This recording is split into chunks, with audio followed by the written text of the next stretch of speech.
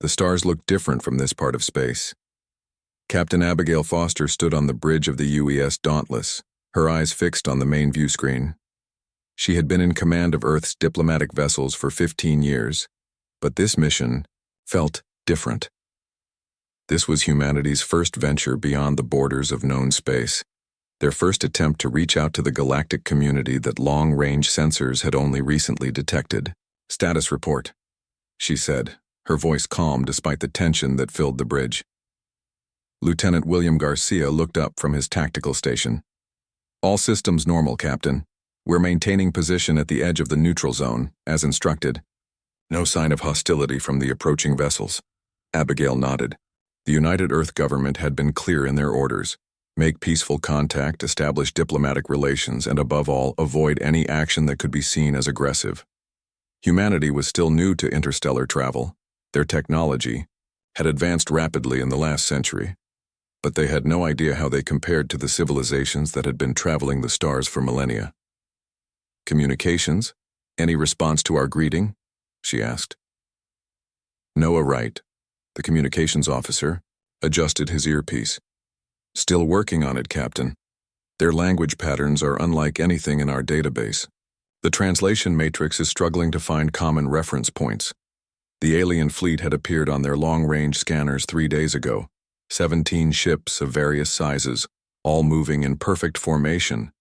Earth scientists had been monitoring transmissions from this region of space for decades, gradually piecing together fragments of information about what they now knew was called the Galactic Confederation, an alliance of 17 advanced species that controlled 3 spiral arms of the galaxy. "Keep at it, Noah. They wouldn't have sent a fleet unless they wanted to talk." On the view screen, the alien ships grew larger. Their design was elegant, curved hulls that seemed to flow like liquid metal, with no visible weapons or propulsion systems. Beautiful, but also intimidating in their alienness. A soft beep came from Noah's console. "Captain, I'm getting something. Audio only." "Let's hear it," Abigail said, straightening her uniform. The bridge speakers crackled with a series of clicks, whistles, and deep rumbling sounds. Noah's fingers flew over his console as the ship's AI attempted to decipher the message. I think they're asking us to identify ourselves," Noah said, uncertainty clear in his voice. Abigail stepped forward. "This is Captain Abigail Foster of the United Earth ship Dauntless. We come in peace seeking diplomatic relations with the Galactic Confederation." There was a long pause before the aliens responded with another series of sounds. Noah frowned. "The translation is rough, but I think they're asking us to power down our defense systems?" As a show of good faith, William shook his head. "Standard protocol, Captain. They're testing us. I wouldn't recommend it." Abigail considered her options. A gesture of trust might go a long way toward establishing good relations, but it would leave them vulnerable if things went wrong. "Lower shields to 50%, she decided. "A compromise. Show them we're willing to meet halfway." William reluctantly carried out her order. "Shields at 50%, Captain." The alien vessels continued their approach, now close enough that individual details of their construction were visible. The lead ship was smaller than the Dauntless but surrounded by larger vessels in a protective formation. "They're sending another message," Noah announced. I think they're acknowledging our gesture and..." "Wait." His expression changed. "Captain, I'm picking up increased energy readings from the third vessel in their formation."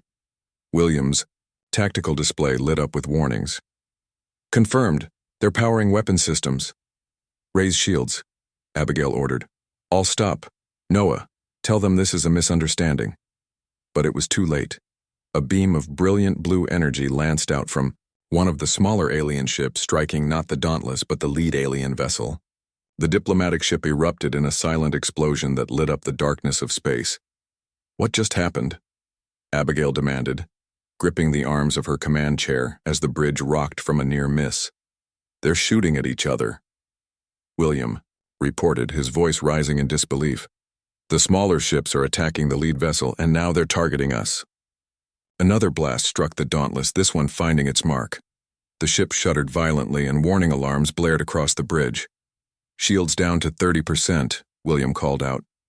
"Hull breach on deck 3, emergency force fields holding." Abigail's mind raced. Something had gone terribly wrong, but there was no time to figure out what. "Return fire. Target their weapon systems only." The Dauntless responded, its phase cannons sending precise beams that disabled the weapons on 2 of the attacking ships. But there were too many of them, and the Dauntless wasn't a warship. "Engine room reports the main drive is damaged," Noah shouted over the noise of another impact. "Chief Engineer Allen says we can manage one jump, but he can't guarantee where we'll end up." Abigail made the only decision she could. "Get us out of here. Random jump, maximum distance." William worked his console frantically. Calculating jump. "Now 5 seconds to..." Another hit rocked the ship, throwing crew members to the floor. The lights flickered and several consoles exploded in showers of sparks. "Jump drive engaged," William shouted. The stars on the view screen stretched into lines, and the Dauntless lurched forward into hyperspace, leaving the chaos behind. The violent shaking subsided, replaced by an ominous shuddering that suggested serious damage to the ship's systems. Abigail pulled herself back into her chair. "Damage report." William's face was grim as he assessed the information scrolling across his screen. "It's bad, Captain. Life support is stable, but we've lost 20% of the hull. Main power is fluctuating. The jump drive is completely burned out. We'll reach our destination, but that's it. No more jumps without major repairs." "Casualties?" "Medical reports 12 injured, 3 critically. No fatalities yet, but they're still doing sweeps of the damaged sections." Abigail closed her eyes briefly, allowing herself one moment of regret before focusing on their situation. "Noah, were you able to gather any useful intelligence before we jumped?" The communications officer nodded, wiping blood from a cut on his forehead. "Some, Captain. I recorded everything. From what I can tell, there's some kind of power struggle within their fleet. The ship that fired first was transmitting something about preventing contamination and preserving purity. I think they attacked their own diplomatic vessel to prevent contact with us. So much for peaceful first contact," William muttered. "What about their capabilities?" Abigail asked. "How do we compare?" William pulled up the sensor logs. "They outnumber us dramatically, if that fleet was any indication. Thousands of ships, possibly more. But their weapons technology seems less advanced than ours. Their shots packed a punch. But our shields should have been able to handle them if they'd been at full strength. It's their numbers that make them dangerous." Abigail nodded slowly, processing this information. "As soon as we drop out of hyperspace, send a complete report to Earth. They need to know what happened here." The journey back to Earth was tense. The Dauntless limped into Earth, orbit 5 days later, its hull scarred and systems barely functioning. Admiral Daniel Murphy met Captain Foster as soon as she docked, his face grave as she delivered her report. Within hours, the United Earth government convened an emergency session. The debate was heated, but in the end, the vote was unanimous. Humanity would not cower. They would not wait for the Confederation to find them. They would send a message, one that could not be misinterpreted. The UES Vindication, Earth's most advanced battleship, received its orders the next day. Captain Susan Hayes stood on her bridge, reviewing the mission parameters as her crew prepared for departure. One ship against an entire galactic civilization. The odds seemed impossible, but the Vindication was not an ordinary ship, and humans were not an ordinary species. The galaxy would soon learn this lesson. The UES Vindication slipped through the darkness of space like a shadow.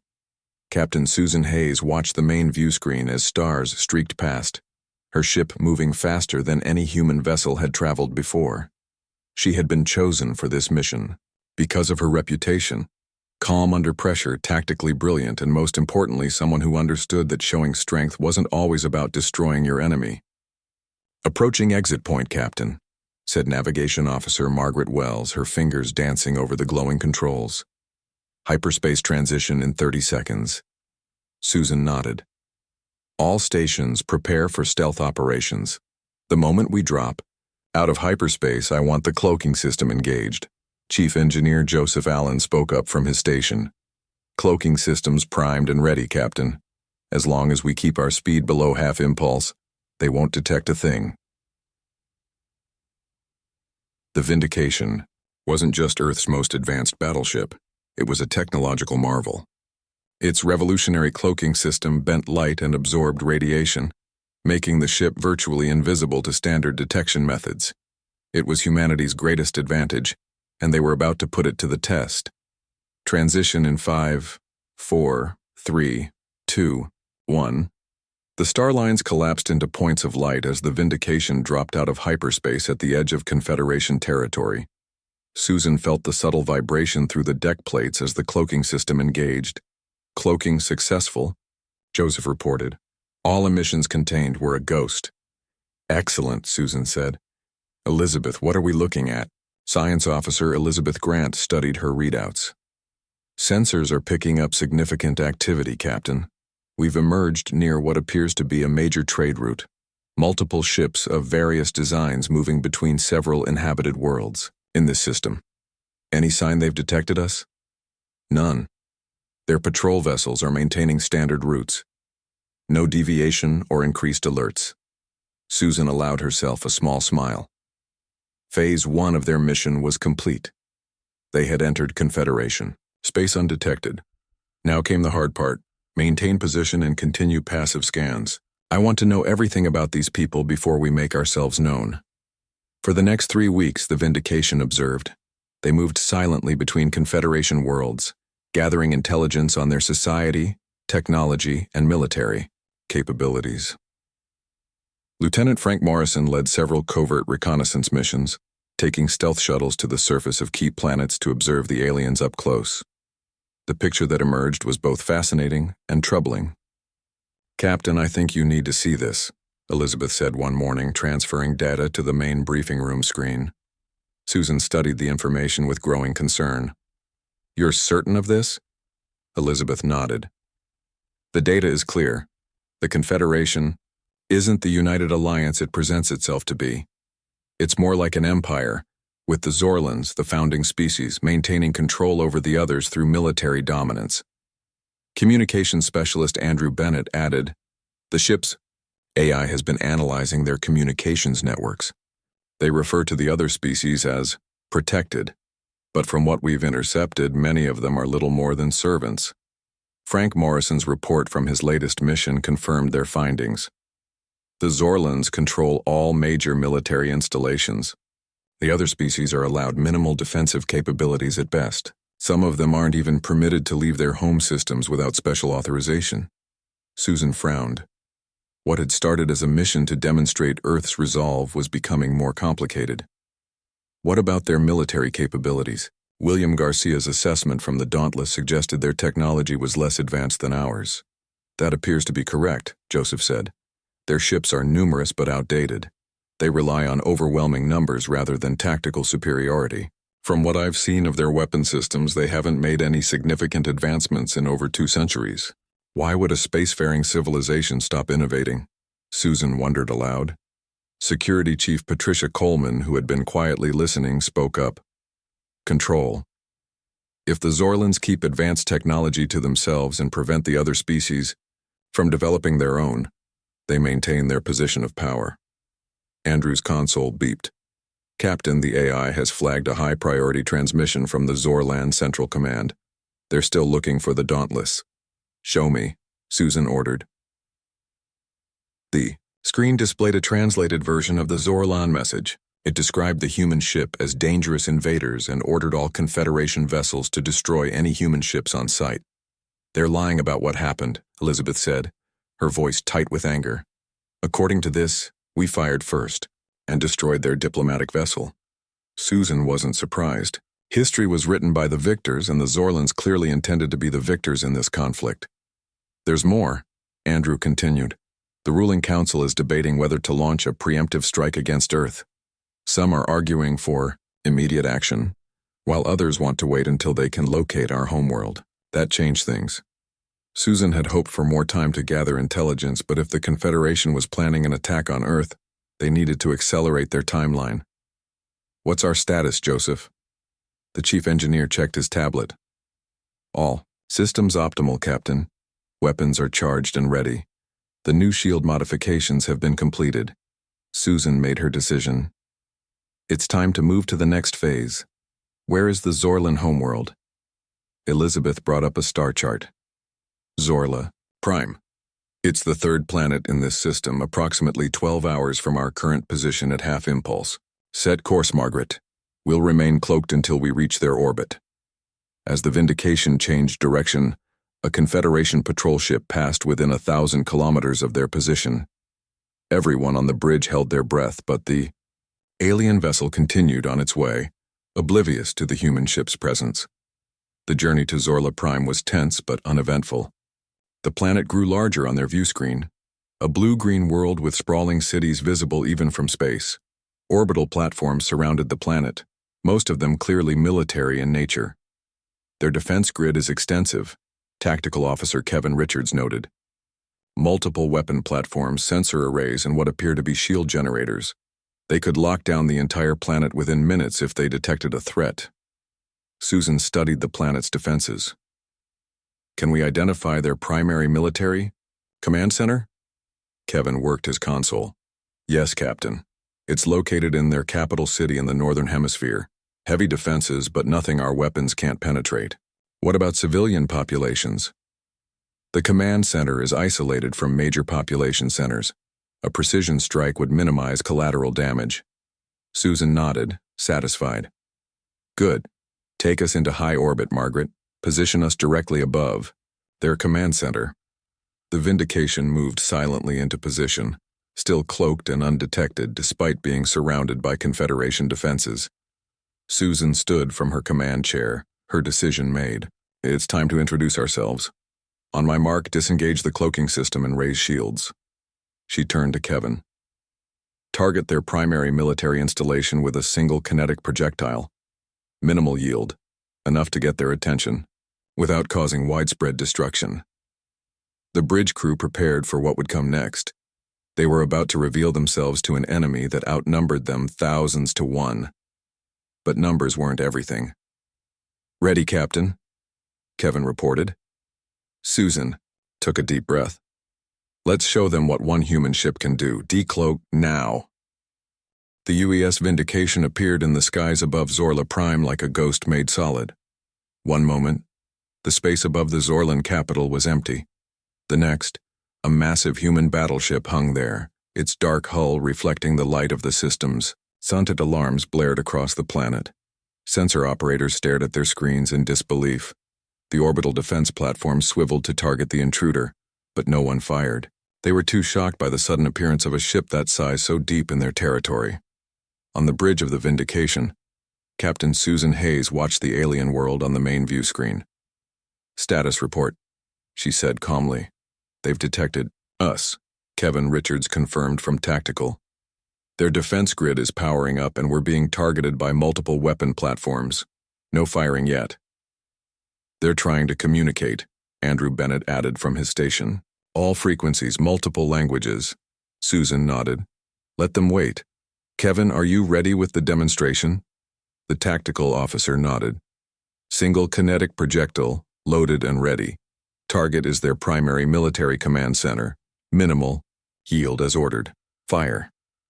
The Vindication shuddered slightly as it launched a simple tungsten rod toward the planet. The weapon carried no explosives. It didn't need them. At the speed it was traveling, its kinetic energy alone would create an impact comparable to a small tactical nuclear weapon, but without radiation or fallout. On the surface of Zorla Prime, the rod struck with devastating precision. The military command center erupted in a massive explosion. The building collapsed in on itself, dust and debris billowing outward. Warning sirens wailed across the capital city. Direct hit, Kevin reported. Target destroyed. Minimal collateral damage as predicted. Now they'll listen, Susan said. Andrew, open a channel. Broadcast on all frequencies. The communications specialist worked his console. Channel open, Captain. You're broadcasting planet-wide. Susan straightened her uniform and looked directly at the camera. This is Captain Susan Hayes of the United Earth ship Vindication. We have destroyed your military command center as a demonstration of our capabilities. We could have targeted your cities, We chose not to. We are not here to start a war, but we will finish one if necessary. She paused, letting her words sink. 3 weeks ago, your ships attacked our diplomatic vessel without provocation. You have lied to your people about this incident. You are now planning an attack on our homeworld.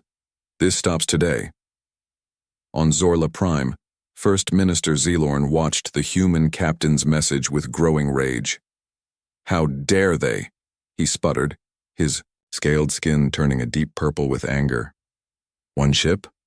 They attack us with one ship and expect us to surrender? The few military advisors who had survived the attack looked at each other nervously. First Minister, one began hesitantly.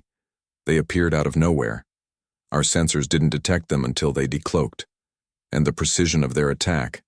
I don't care, Zelorn shouted. Launch everything we have. Destroy that ship immediately. Back on the Vindication, Susan continued her message. We know the truth about your confederation. We know how you control the other species, keeping them as little more than servants.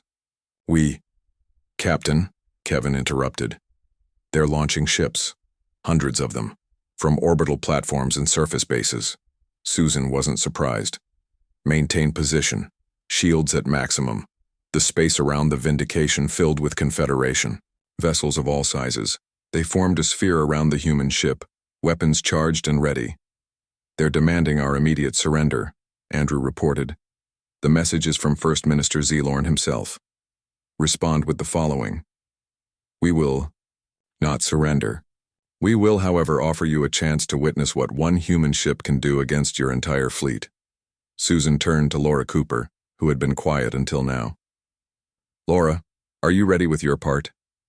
The linguist specialist nodded. Yes, Captain. I've prepared the message in perfect Zorlan as requested. Good. Send it as soon as they make their first move. They didn't have to wait long. The Confederation fleet opened fire, hundreds of energy beams converging on the Vindication from all directions. Shields holding at 92%, Kevin reported. Their weapons are exactly as primitive as our intelligence suggested. Susan nodded. Margaret, begin evasion pattern Delta.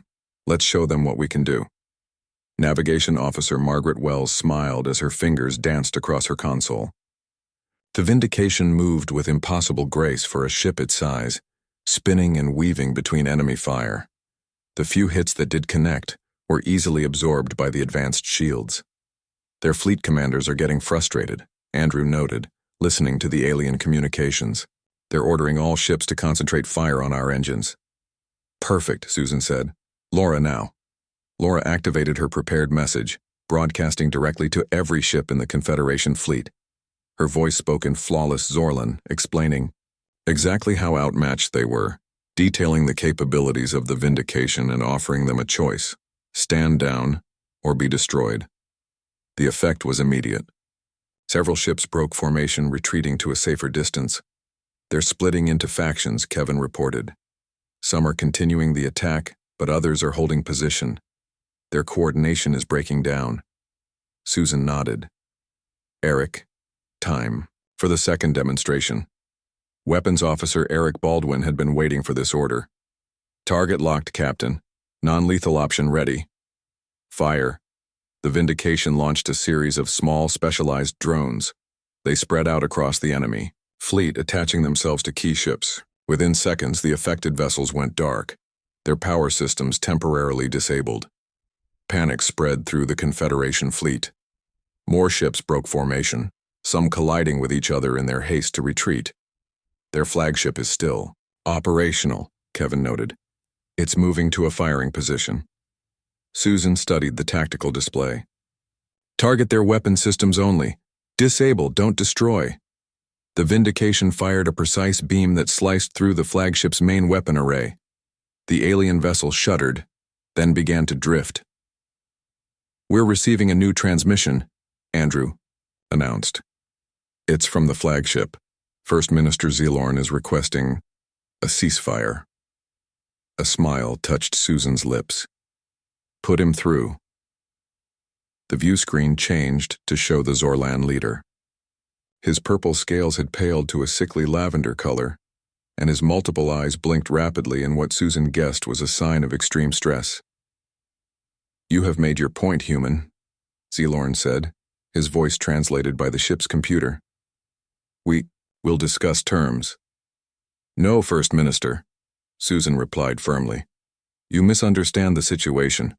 We are not here to negotiate. We are here to deliver terms. My tactical officer is sending them to you now." Kevin transmitted the document that had been prepared before they left Earth. It contained Earth's demands, recognition of human sovereignty, reparations for the attack on the Dauntless, and most importantly, freedom for all the protected species within the Confederation. Zelorn's eyes widened as he read the terms. "This is outrageous. You would destroy our entire society with these demands." "Your society is built on subjugation," Susan replied evenly. "That ends today.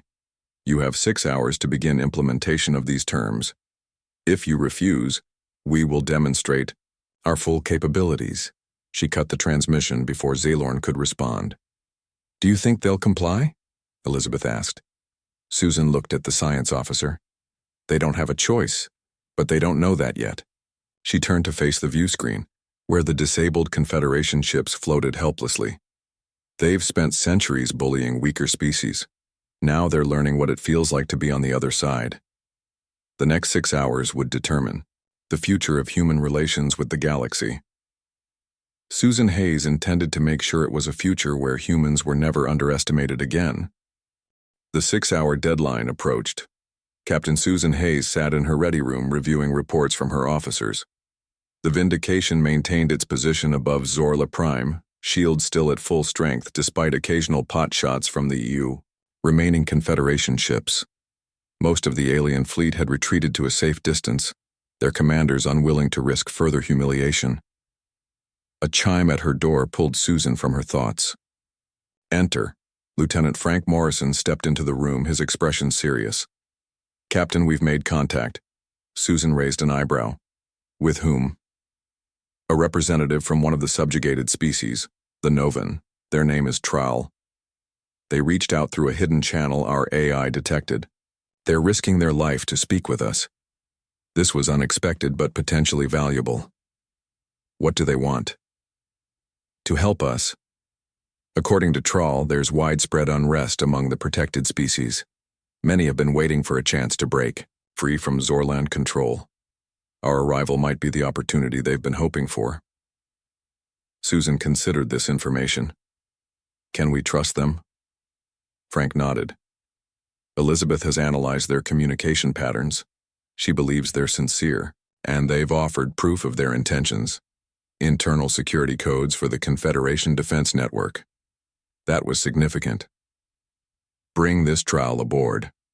Maximum security protocols, but treat them as an ally until proven otherwise." Within the hour, a small shuttle docked with the Vindication. Tral was escorted to the conference room where Susan waited with her senior officers. The alien was shorter than a human, with pale blue skin and large, expressive eyes. They moved with a grace that suggested comfort in various gravity environments. "Thank you for agreeing to meet with me, Captain Hayes," Tral said, their translator converting their musical language into English. "Many of us have been watching your ship with great hope." "Hope for what exactly?" Susan asked. "Change. For centuries, the Zorlans have maintained their control through superior numbers and the myth of their technological dominance. You've shattered that myth in a single day." Dr. Nancy Mitchell, the ship's chief medical officer, studied the alien with professional interest. "Your people have been under Zorlan control for how long?" 400 of your Earth years, Tral replied. "They came to our world claiming to offer protection from outside threats. By the time we realized the only threat was them, it was too late. They had established control of our defense systems and placed their people in key positions throughout our government." Susan nodded. This matched what they had learned during their 3 weeks of observation. "What can you tell us about the Zorlan response to our ultimatum?" Tral's large eyes blinked rapidly. "Their council is in chaos. Supreme Commander Draz, their military leader, wants to launch a suicide attack against your ship. He believes that sacrificing the entire fleet would be worth it to destroy you." "And First Minister Zelorn?" "He's more pragmatic. He knows they can't win in direct confrontation, but he's stalling for time. They've sent messages to their outposts in distant systems calling for reinforcements. This was valuable intelligence. Susan looked at her communication specialist. Andrew, can you confirm this? Andrew Bennett nodded. The AI has intercepted similar transmissions.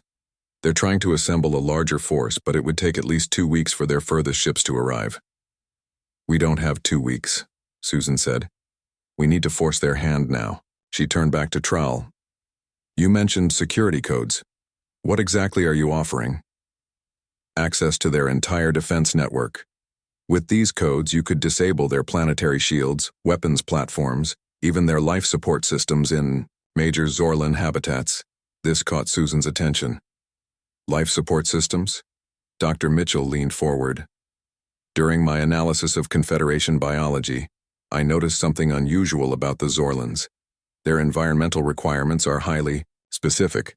They need precise temperature, humidity, and atmospheric composition to function properly. Trowell nodded. Yes. The Zorlan ruling caste has been genetically engineered for intellectual superiority at the cost of physical resilience. They cannot survive in environments that the rest of us find perfectly comfortable. Their environmental domes are their greatest vulnerability. Susan understood the implications immediately. So if their life support systems were compromised, they would be completely helpless, Trowell confirmed. Not dead, but incapacitated. Unable to maintain control. It was a powerful piece of leverage, but Susan was hesitant to target civilian infrastructure even as a threat. We need a more targeted approach, something that demonstrates our knowledge of their weakness without actually endangering lives. Lieutenant Morrison spoke up. What if we mapped their environmental domes? Show them we know exactly where they are and could disable them at any time? A bluff, Susan said, nodding slowly. I like it. Trowell, would you be willing to help us identify these locations? Gladly. But there's more. With your permission, I'd like to introduce you to other representatives from the protected species. Many have been waiting for this moment. If they see the Zorlans negotiating with you, it will give them courage to act. This was developing into something much bigger than their original mission. Susan had been sent to demonstrate Earth's resolve and technological superiority. Now she found herself potentially leading a revolution within the Confederation. She made her decision. Andrew, prepare a message for First Minister Zaylorn. Tell him we know about their environmental domes and have mapped every one of them. We could disable them within minutes, leaving the ruling caste helpless. We won't do this if they agree to our terms immediately. Andrew nodded and began composing the message. Susan turned to engineer Peter Jackson. Peter, I want you working with Trowell. If they can get you access to the defense network, create a virus that could shut down their fleet on command. Another deterrent that hopefully we'll never need to use. Yes, Captain, Peter replied, already considering the technical challenges. Susan looked around the table at her officers. We're moving into uncharted territory here. Our mission was to demonstrate Earth's power, not topple a galactic government. But I believe we're on the right side of this conflict. Elizabeth Grant, who had been quietly analyzing data during the meeting, looked up. Captain, I've been reviewing the information from Trowell and our own observations. This isn't just about freeing the protected species. The Zorlan system of control is fundamentally unstable. If we leave it intact, they'll eventually rebuild their forces and target Earth again. This might be our only chance to create lasting change. Susan nodded. Agreed, but we do this right. No civilian casualties. No destruction beyond what's absolutely necessary. We're here to liberate, not conquer. The deadline for the Zorlans to respond was approaching rapidly. Susan returned to the bridge, ready to deliver on her threats if necessary. But she hoped it wouldn't come to that. The best victories were the ones where you didn't have to fire a shot. Captain, Andrew called out. We're receiving a transmission from Supreme Commander Draz. He's launching an attack against us, against direct orders from First Minister Zaylorn. Susan sighed. It seemed at least one shot would need to be fired after all. Battle stations, she ordered. Let's end this. Supreme Commander Draz led his attack force toward the Vindication with grim determination. 20 of the Confederation's finest warships followed his flagship, each captain sworn to fight to the death. They would not let a single alien vessel dictate terms to the mighty Galactic Confederation, even if it meant their destruction. The enemy ship remains in orbit, Supreme Commander, his tactical officer reported. No sign they are powering weapons or raising shields. Draz flared his neck ridges in satisfaction. They grow overconfident. All ships, prepare to fire on my command. Target their engines first, then weapons. I want that ship crippled, not destroyed. The humans will answer for their arrogance. On the bridge of the Vindication, Captain Susan Hayes watched the approaching ships with calm resolve. Status report. 21 ships on attack vector, Kevin Richards reported from Tactical. They'll be in firing range in 30 seconds. Shields? At maximum strength, Captain. Susan nodded. Hold position. Let them fire first. Andrew Bennett looked up from his communication station. Captain, we're receiving a transmission from First Minister Zellorn. He's ordering Draz to stand down. Draz is ignoring the command. Let them sort out their chain of command issues, Susan replied. We have more immediate concerns. She turned to Kevin. When they open fire, target Draz's flagship only. Disable their weapons systems with minimal damage to the rest of the ship. Understood, Captain. The Confederation ships opened fire, dozens of energy beams converging on the Vindication. The human ship's shields flared with brilliant blue light as they absorbed the attack. Shields holding at 87%, Kevin reported.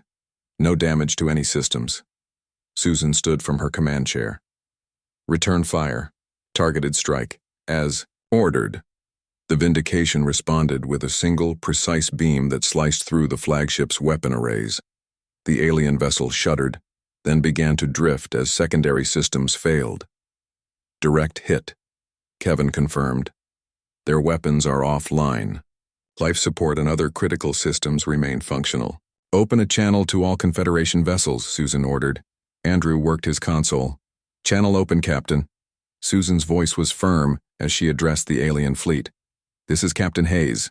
Your attack has failed. Supreme Commander Draz's ship has been disabled with minimal casualties. We could have destroyed his entire vessel but chose not to. This is your final warning.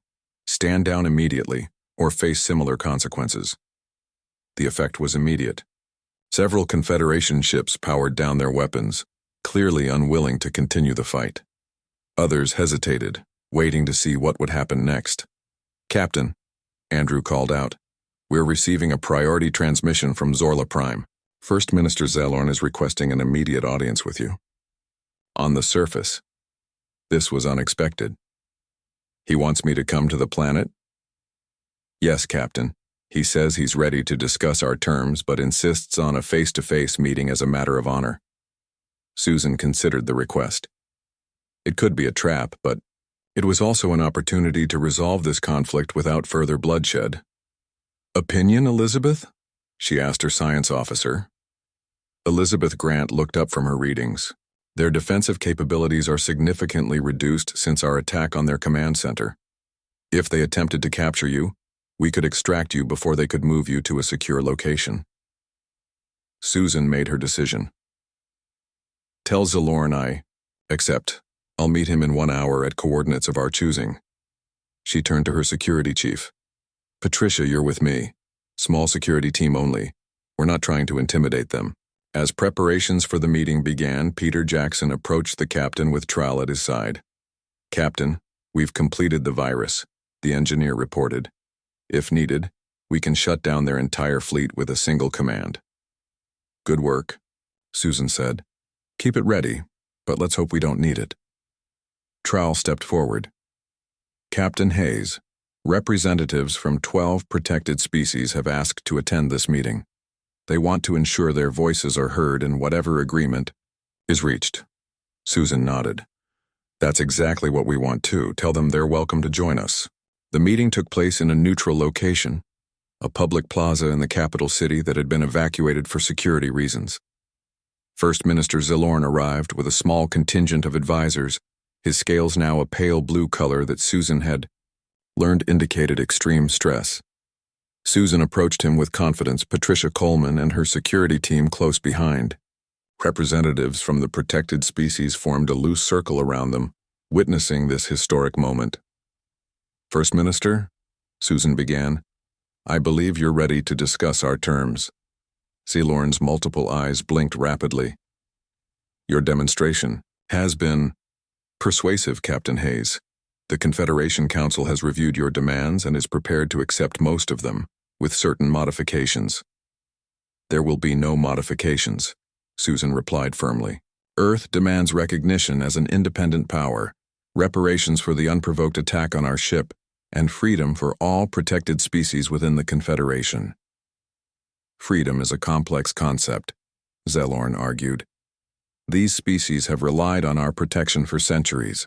They cannot simply be abandoned to—" "We do not need your protection," interrupted one of the alien representatives, stepping forward. "We never did. What we need is our independence." Murmurs of agreement came from the other representatives. Ceylorn looked around, clearly surprised by their boldness. Susan pressed her advantage. "The old Confederation is finished, First Minister. You can either help build something better in its place or watch as it collapses around you." For a long moment, Ceylorn was silent. Then his shoulders slumped slightly. "Very well. We will accept your terms in full. The protected status will be abolished. All species will have equal representation in a new governing body." "And Earth?" Susan prompted. "Will be recognized as an independent power, with all rights and privileges that entails, and you will receive the reparations you demand." Susan nodded, satisfied. "Then we have an agreement." The news spread quickly across the planet and throughout the Confederation. The UES Vindication remained in orbit for the next week, overseeing the initial transition of power. A new governing council was formed, with representatives from all 18 species, the original 17 plus humanity. On the final day, Captain Susan Hayes was invited to the signing of the Galactic Concord, the document that officially replaced the old Confederation with the new Galactic Alliance. As she watched the representatives from each world add their signatures, she reflected on how much had changed since the Dauntless first encountered the alien fleet. "Ready to go home, Captain?" Margaret Wells asked as they returned to the ship. After the ceremony, Susan smiled. "More than ready. Set course for Earth maximum speed." As the Vindication prepared to depart, hundreds of ships from formerly subjugated worlds formed an honor guard around them, escorting them to the jump point. It was a powerful symbol of the change they had brought to this part of the galaxy. The observation deck. Susan watched the stars begin to stretch as they entered hyperspace. Andrew Bennett approached with a message pad. "We're receiving requests from dozens of worlds, Captain. They want human advisors, technical assistance, cultural exchange programs. They're looking to us for leadership." Susan smiled. A single human battleship had changed the balance of power in the galaxy. But it wasn't their weapons that had made the difference. It was their willingness to stand up for what was right, even against impossible odds. "Tell them," she said quietly. "We're on our way."